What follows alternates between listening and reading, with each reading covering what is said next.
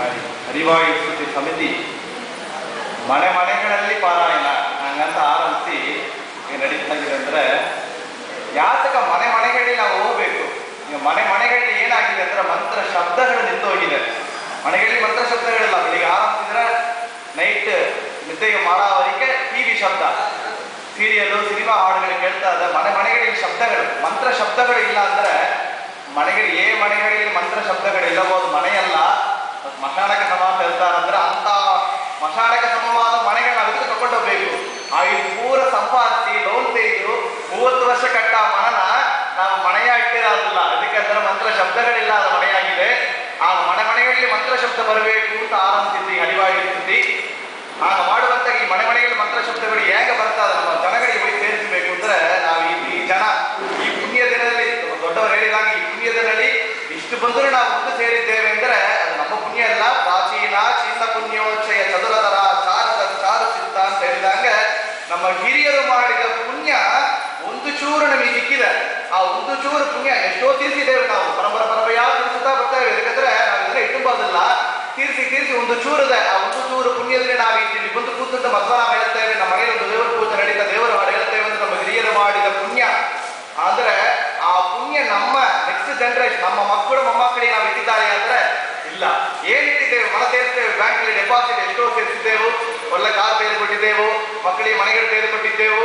ಆದ್ರೆ ನಮ್ಮ ಮಕ್ಕಳಿಗೆ ಏನ್ ಸೇರಿಸಬೇಕು? ಪುಣ್ಯಗಳಿಲ್ಲವೇ? ಆ ಪುಣ್ಯಗಳು ಸೇರಿಸಲಿಕ್ಕೆ ಏನ್ ಮಾಡಬೇಡಬೇಕಲ್ಲವ? ಆ ಪುಣ್ಯಗಳು ಎದಕ್ಕೆ ಬಂದ ಮನೆ ಮನೆಗಳಲ್ಲಿ ಪಾರಾಯಣ ಮಾಡಬೇಕು ಅಂತ ಪ್ರಾರ್ಥನೆ. ಯಾಕಂದ್ರೆ ಆ ಪುಣ್ಯಗಳು ಮಕ್ಕಳನ್ನ ಕಾಪಾಡುತ್ತೆ. ನಾವು ಸೇರಿಸಿದ ಸಂಪತ್ತು ಕಾಪಾಡಲ್ಲ. ಮಾತರ್ಮೇ ಮಾತರೀಶ್ವನ್ ಪಿತರದೊಳಗರೋ ಪ್ರಾತರಿಶ್ ಆಪ್ತ ಬಂಧು, ನನ್ನ ಒಳಗಿದ್ದ ಆಪ್ತ ಬಂಧು. ನಮ್ಮ ಹಿಂದಿನ ಕಾಲದಲ್ಲಿ ಮಕ್ಕಳಕ್ಕೆ ರಾಜ ಗೌರ್ಮೆಂಟ್ ಕಾಪಾಡೋದಿಲ್ಲ, ಮಕ್ಕಳು ಮರಿಗಳು ಕಾಪಾಡೋದಿಲ್ಲ. ಯಾರು ಕಾಪಾಡ್ತಾರೆ ನಮ್ಮ ಮಕ್ಕಳು ಅಂದ್ರೆ ಆಪ್ತ ಬಂಧುವಾದ ವಾಯುದೇವರು, ಅವರ ಅಂತರ್ಯಾಮಿಯಾದ ಭಗವಂತ ಕಾಪಾಡ್ತಾರಂದ್ರೆ ಆ ಮಕ್ಕಳಿಗೆ ನಾವು ಏನ್ ಸೇರಿಸಬೇಕು ಅಂದ್ರೆ ಪುಣ್ಯಗಳನ್ನ ಸೇರಿಸಬೇಕು, ಅವರುಗಳ ಸತ್ಖುಷಿಯಲ್ಲಿ ತಗೊಂಡು ಬರಬೇಕು ಅಂತ ಪ್ರಾರ್ಥನೆ. ಅದಕ್ಕೋಸ್ಕರ ಮಾಡಿದ್ವಿ ಈ ಹರಿವಾಯು ಸ್ತುತಿ ಪಾರಾಯಣ, ಮಧ್ವನಾಮ ಪಾರಾಯಣ ಮನೆ ಮನೆಗಳಲ್ಲಿ. ಒಂದು ಇನ್ನೊಂದು ಏನಂದ್ರೆ ಇದಕ್ಕಿಂತ ಪಾರಾಯಣ ಮಾಡಬೇಕು. ಏನ್ ಮಾಡೋದ್ರೆ ಎಷ್ಟೋ ಕಷ್ಟಗಳು ನಮ್ಮ ಕಾಲದಲ್ಲಿ ಈಗ ಕಲಿಯುಗದಲ್ಲಿ ಬರ್ತಾಗಿದೆ. ರೋಗ ನುಡಿಗಳು, ಮಕ್ಕಳಿಲ್ಲದವರು ಎಂತ ಮಾರಿ ಮಕ್ಕಳು ಹುಟ್ಟಬೇಕು ಅಂದ್ರೆ ಕಾಂತಾರಿ 100 ಜನ ಮಕ್ಕಳಿದ್ದರು, ಒಂದು ಮಕ್ಕಳು ಕೂಡ ನಮಗೆ ಉಪಯೋಗವಾಗಿಲ್ಲ. ಹರಿ ಸರ್ವೋತ್ತಮನೆಂಬ ಜ್ಞಾನ ಪುರಾಣಗಳಾಗಿ ದಡ್ಡಪುತ್ರನಿಂದ ಆಗುವುದೇನಪ್ಪ ಅಂತ ಪುತ್ರದಾಸರು ಹೇಳ್ತಾರಂದ್ರೆ ಪುತ್ರರಿಲ್ಲದವರು ಸತ್ಪುತ್ರರೈದವರು. ಮಧ್ವನಾಮ ಹೇಳದ ಫಲಶ್ರುತಿನ ಏನೋ ಒಂದು ಪುತ್ರನಿಲ್ಲ, ನಮಗೆ ಸತ್ಪುತ್ರ ಬರ್ಬೇಕು. ಎಂತ ಪುತ್ರ ಅಂದ್ರೆ ಪುತ್ರಂಬ ನರಕದಿಂದ ಕಾಪಾಡುವ ಪುತ್ರ ಬರ್ಬೇಕು ಅಂದ್ರೆ ಈ ಕಾಲದ ನರಗಳಿಗೆ ದೊಡ್ಡ ಪುತ್ರಗಳು ಇರ್ತಾರಲ್ಲ, ಭೂಮಿಯ ತಕ್ಕುಪ ದೊಡ್ಡ ಬಿಡ ಪುತ್ರಗಳು ನಮ್ಮ ಕಾಲದಲ್ಲಿ ಬರ್ತಾರ. ಮಕ್ಕಳನ್ನ ಕಾಪಾಡು. ಅಮ್ಮ ಬಂದ ಆಯ್ತಂದ್ರೆ ಮಾತೃದೇವೋ ಭವ, ನಮ್ಮ ಸಾರ್ ದೊಡ್ಡವರು ಹೇಳಿದಾಗ ಮಾತೃದೇವೋ ಭವ ಪಿತೃದೇವೋ ಭವ, ಗುರುಗಳು ನಮ್ಮ ತಾಯಿ ತಂದೆ ಗುರುಗಳು ಒಂದು ಭಕ್ತಿ ನಮ್ಮ ಮಕ್ಕಳಿಗೆ ಸೇರಲ್ಲ, ಅದನ್ನು ತಗೊಂಡು ಸೇರಿಸಬೇಕು ಅಂತ ಪ್ರಯತ್ನದಿಂದ ಮಾಡಿದ್ದೀವಿ. ಅಂತ ಮಾರಿ ಮಾಡುವಂತ ಈ ಪಾರಾಯಣ ಎದಕ್ಕೆ ವಾಯುದೇವರನ್ನ ಬಿಡದೇವರು? ಇದಕ್ಕಂದ್ರೆ ಕರಣಾಭಿಮಾನಿ ಸುರರು ದೇಗವನ ಬಿಡಲು ಕುರುಡ ಕಿವುಡ ಮೂಕನೆಂದೆನಿಸುವ ಪರಮ ಮುಖ್ಯ ಪ್ರಾಣ ತೊಡಗಲ ದೇಹವನ್ನು ಅರಿದು ಬೆಳಲೆಂದು ಬೇಳುವರು ಬುಧಜನ ಅಂತ ಹೇಳಿದ್ದಾರೆ. ಅಂದ್ರೆ ಎಂತ ವಾಯುದೇವರವರು! ಹಾಗಂದ್ರೆ ಒಂದು ಕ್ಷಣ ಕಾಲದಲ್ಲಿ ದೇವರು ಎಲ್ಲಿ ದೇವರೋಡ ಸ್ಮರಣೆ, ದೇವರೋಡ ಕೊಂಡಾಟ, ಎಲ್ಲಿ ದೇವರೋಡ ಪೂಜೆ ನಡೀತೆಯೋ ಅಲ್ಲಿ ದೇವರಿದ್ದಾನೆ. ಆಗ ದೇವರು ಇರಬೇಕು ಅಂದ್ರೆ ನಮ್ಮ ದೇಹದಲ್ಲಿ ದೇವರು ಕೂತಬೇಕು ಅಂದ್ರೆ ಕ್ಷಣಗಳಲ್ಲಿ ದೇವರೋಡ ಪೂಜೆ ನಾಮಸ್ಮರಣ ನಡೀತಾ ಇರಬೇಕು ಅಂದ್ರೆ ಅದು ಸಾಧ್ಯವ? ಹುಟ್ಟಿದ್ದಿಂದ ಸಾಯುವವರೆಗೆ ಅಥವಾ ಅವರು ನಡೀತಾ ಇದ್ರೆ ದೇವರಿದ್ದಾನೆ.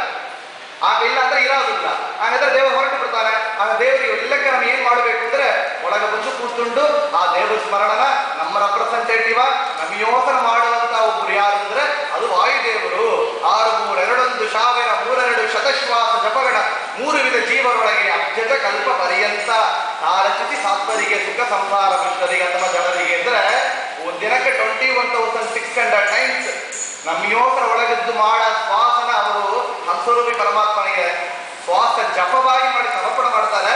ಒಳಗಿದ್ದು ವಾಯುದೇವರು ಮಾಡ್ತಾರೆ. ಅದಕ್ಕೋಸ್ಕರ ನಮ್ಮೊಳಗೆ ದೇವರು ಕೂತಿದ್ದಾನೆ. ಒಳಗಿದ್ದು ವಾಯುದೇವರು ಹೇಳಿದ ಆವಗಳು ದೇಹದೊಳಗಿರಲು ಹರಿತಾ ನೆಲ ಸಿಗಲು ಆವಗಳು ತೊಲಗೆ ಹರಿತಾ ತೊಲಗುವ ಅಂದ್ರೆ ಅಂತ ವಾಯುದೇವರು. ಯಾರೋ ಒಬ್ಬರು ನಮಗೆ 100 ರೂಪಾಯಿ ಅಲ್ಲಿ ಸಾಲಲ್ಲಿ ಕೊಟ್ಟರು, ನಮಗೆ ಕೆಲಸ ಕೊಟ್ಟ, ಒಂದಿನ ಎಲ್ಲಿ ನೋಡಿದ ಬಸ್ಸಲ್ಲಿ ಸಲತ್ತಿಲ್ಲ, ನನಗೆ ದಾರಿ ಮಾಡಿಕೊಟ್ಟ ಅಂದ್ರೆ ಅವನು ಏತ್ ನೋಡ್ರು ಟೇಕ್ ಮಾಡ್ತೇವೆ ಅಂದ್ರೆ ಜನ್ಮದಿಗಳಲ್ಲಿ ನಮಗೆ ನಮ್ಮ ಒಳಗಿದ್ದು ದೇವರು ಅನುಗ್ರಹ ಮಾಡ್ತಾರ. ಅಂತ ವಾಯುದೇವರಿಗೆ ನಾವು ಏನೊಂದು ಮಾಡಬೇಕು ಅಂದ್ರೆ ಇಂಥ ಮಾರಿ ಪಾರಾಯಣ ದೇವರಿಗೆ ಬರೋದು ಕೇಳೋದಿಲ್ಲ. ಈ ಹರಿವಾಯು ಮಧ್ವನಾಮ ಪಾರಾಯಣ ಮಾಡಬೇಕು. ಅದುವೇ ನಾವು ವಾಯುದೇವರಿಗೆ ಮಾಡುವಂತ ದೊಡ್ಡ ಪೂಜೆ. ಅವರಿಗೆ ಮಾಡಿ ಪ್ರತಿ ಉಪಕಾರ ಇಲ್ಲ, ಅವ್ರು ಮಾಡುವ ಪ್ರಾರ್ಥನೆ ಅಂತ ನಾವು ತಗೊಬೇಕು.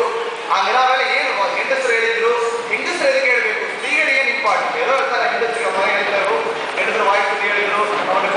ಹುಟ್ಟಿದ್ರು. ಸ್ತ್ರೀಗಳು ನಾವಿಗೆ ಬರಬೇಕಾ?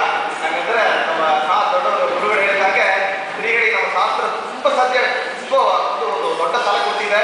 ಯಾಕಂದ್ರೆ ಏನೊಂದು ಸ್ತ್ರೀ ಎಲ್ಲ ಒಂದು ಮೊಮ್ಮಗ ಒಂದು ಭಕ್ತ ಮನೆಯಲ್ಲಿ ಜನಿಸಿದಂದರೆ ಅವನೋಡ ಪರಂಪರೆಯಲ್ಲಿ ಎಷ್ಟೋ ಪಿತೃಗಳು ಯಾರೋ ನರಕದಲ್ಲಿ ಇದ್ದರೂ ಕೂಡ ಅವರ ನರಕನ ತಪ್ಪಿಸ್ತಾನಂತ ಮೊಮ್ಮಕ್ಕಳು ಮರಿಮಕ್ಕಳು. ಹಾಗಂದ್ರೆ ಅವ ಒಂದು ಕುಲನ ಉದ್ಧಾರ ಮಾಡ್ತಾನೆ. ಒಂದು ಮೊಮ್ಮಗ, ಒಂದು ಗಂಡು, ಒಂದು ಹುಡುಗ, ಒಂದು ಸ್ತ್ರೀ, ಹುಟ್ಟಿದ ಮನ ಹೋದ ಮನ ಎರಡು ಕುಲನ ಉದ್ಧಾರ ಮಾಡ್ತಾರೆ ಅಂದ್ರೆ ಆ ಸ್ತ್ರೀಗಳಿಗೆ ಎಷ್ಟು ಇಂಪಾರ್ಟೆನ್ಸ್ ಕೊಡಬೇಕು ಅಂತ ಮಧ್ವಾಚಾರ್ಯ ಹೇಳ್ತಾ ಇದ್ದಾರೆ. ಅಂತ ಸ್ತ್ರೀಗಳು ಹೊರಗೆ ಬರಬೇಕು. ಯಾಕಂದ್ರೆ ಫಸ್ಟ್ ಗುರು ಯಾರು ಅಂತ ಹೇಳಿದ್ರೆ ಮಾತೃದೇವೋ ಭವ ಅಂತಾರೆ. ಮನೆಯಲ್ಲ ಹೆಣ್ಣು ಕುಸಿಗೆ ಟಿವಿ ನೋಡ್ತಾ ಇರುತ್ತೆ, ಸಿನಿಮಾ ಹಾಡಿ 2 ವಯಸ್ಸು ಹೆಣ್ಣು ಮಕ್ಕಳು ಟಿವಿ ನೋಡ್ತಾ ಹೇಳ್ತಾ ಇದ್ರೆ ಅವ್ರಿಗೆ ಎದಕ್ಕೆ ಮಧ್ವನಾಮ ಹೋಗಬಾರ ಹೇಳಿಬಾರದು, ಹೇಳಿ ಇಡಬಾರದು. ಮನೆಯಲ್ಲಿ ಮಧ್ವನಾಮ ಹೇಳ್ರಿ ಆ ಮಕ್ಕಳು ತಾನ ಹೇಳತ್ತೆ ಅಂತ ನಿಶ್ಚಯ. ಅವ್ರನ್ನ ಕಾಪಾಡಲಕ್ಕ ದೇವರು ಭಗವಂತ ಒಬ್ಬನೇ ಇದ್ದಾನೆ. ಇಂದ್ರ ಕಾಲಕ್ಕೆ ಹಬ್ಬ ನಿಶ್ಚಿತ. ಆಗ ನಾವು ಏನ್ ಮಾಡ್ಬೇಕು? ಎಂತ ಮಾರಿ ಪುತ್ರರು ನಮಗೆ ಬೇರಬೇಕು ಅಂದ್ರೆ ಸತ್ಪುತ್ರರೈದವರು. ಆಗ ನಮಗೆ ಮಾಡುವಂತ ಪೂಜೆ ಬಂದು ಮಧ್ವಾಚಾರ್ಯನ ಹಡಿಬೇಕು ಅಂದ್ರೆ ವಾಯುದೇವರು ಆಂಜನೇಯನ ಹಡಿಬೇಕು ಅಂದ್ರೆ ಅಂಜನಾದೇವಿ ತಪಸ್ಸು ಮಾಡಿಲ್ಲ 12 ವರ್ಷ. ಮಧ್ವಾಚಾರ್ಯ 12 ವರ್ಷ ತಪಸ್ಸು ಮಾಡಿ ಹುಟ್ಟಿದ್ರು ಅಂದ್ರೆ